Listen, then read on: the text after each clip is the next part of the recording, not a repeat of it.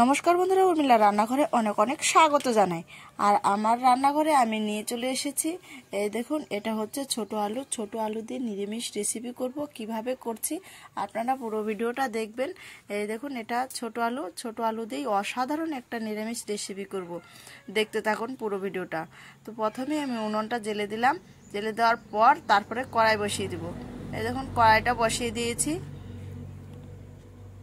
তারপরে আমি দিয়ে দিব এখানে জল দিয়ে যেহেতু ছোট আলুটাকে সিদ্ধ করে নিব। পুরো ভিডিওটা দেখার পর এরকম যারা নিরামিষ রেসিপি করে খান তাদের জন্য কিন্তু এই রেসিপিটা খুব ভালো। শুধু আলু দিয়েই করব, অন্য কোনো সবজি দিয়ে করব না।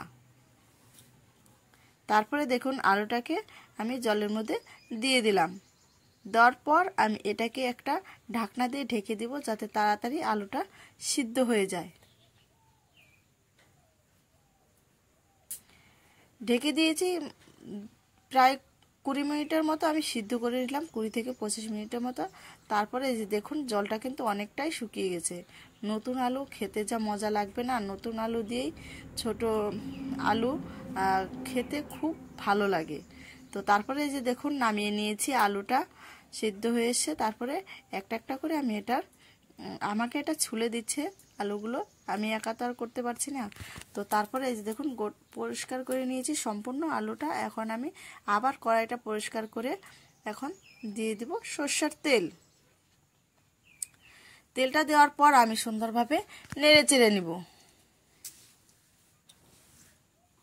তারপরে তেলটা দেখুন গরম হয়ে এসছে, তখন আমি দিয়ে দিব এই যে ছুলে রাখা আলুটা।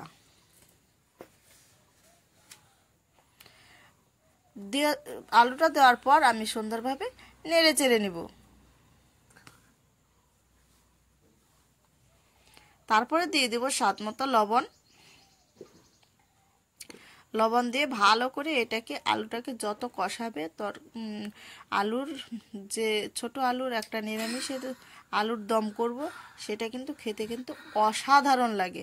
তারপরে দিয়ে দিব আমি হলুদ দিয়েও আবারও নেড়ে চেড়ে নিব।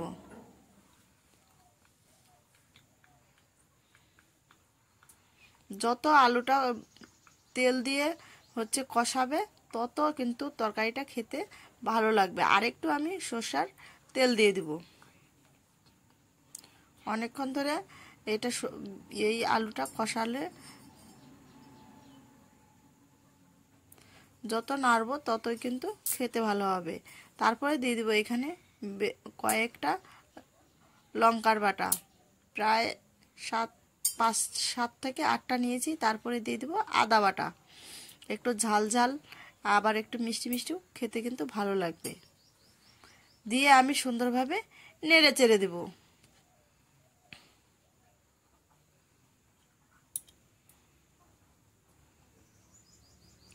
তারপরে দেখুন, এখানে দিয়ে দিব আমি ধনে বাটা,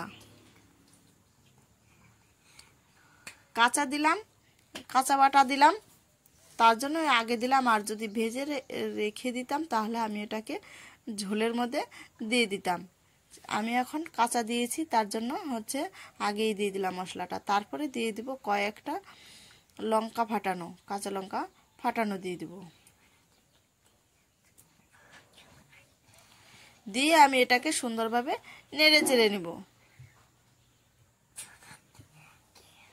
এই দেখুন, তো এখনই প্রায় আলুটা গলে এসছে, কত সুন্দর দেখেছেন তো। এত তেল দিয়ে সবজিটা কষানো হয়ে এসছে। তারপরে দিয়ে দিব পরিমাণ মতো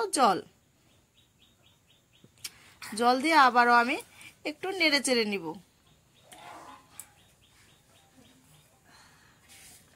এই দেখুন, ঝোলটা আমার ফুটে এসছে। একটু হালকা করে আবার নিচ থেকে নেড়ে দেব, যাতে আবার নিচে না লেগে যায়। তারপরে দিয়ে দেব এখানে হালকা একটু পরিমাণ চিনি। যারা এই রকম রান্না করে, কিন্তু আপনারাও যারা নিরামিষ ভোজী আছেন, তারা কিন্তু অবশ্যই এরকম রান্না করে ভোগের রান্নাও দিতে পারবেন। দেখেছেন তো। তারপরে আমি এটাকে এখন ফোড়ন দিব, তার জন্য নামিয়ে নিচ্ছি।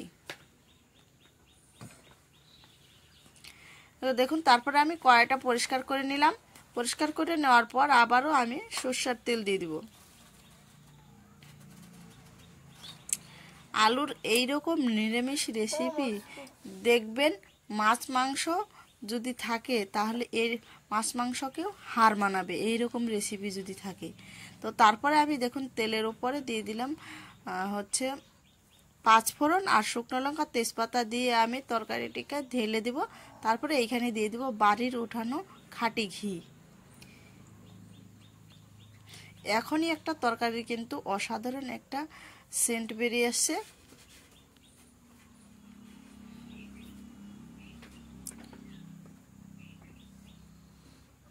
তারপরে আমি একটু হালকা নেড়ে চেড়ে দিব। এই দেখুন ঝোলটাও অনেকটা, এটা কিন্তু ঝোল থাকবে না, একটু মাখা মাখাই থাকবে। তারপরে আমি নামিয়ে নিব।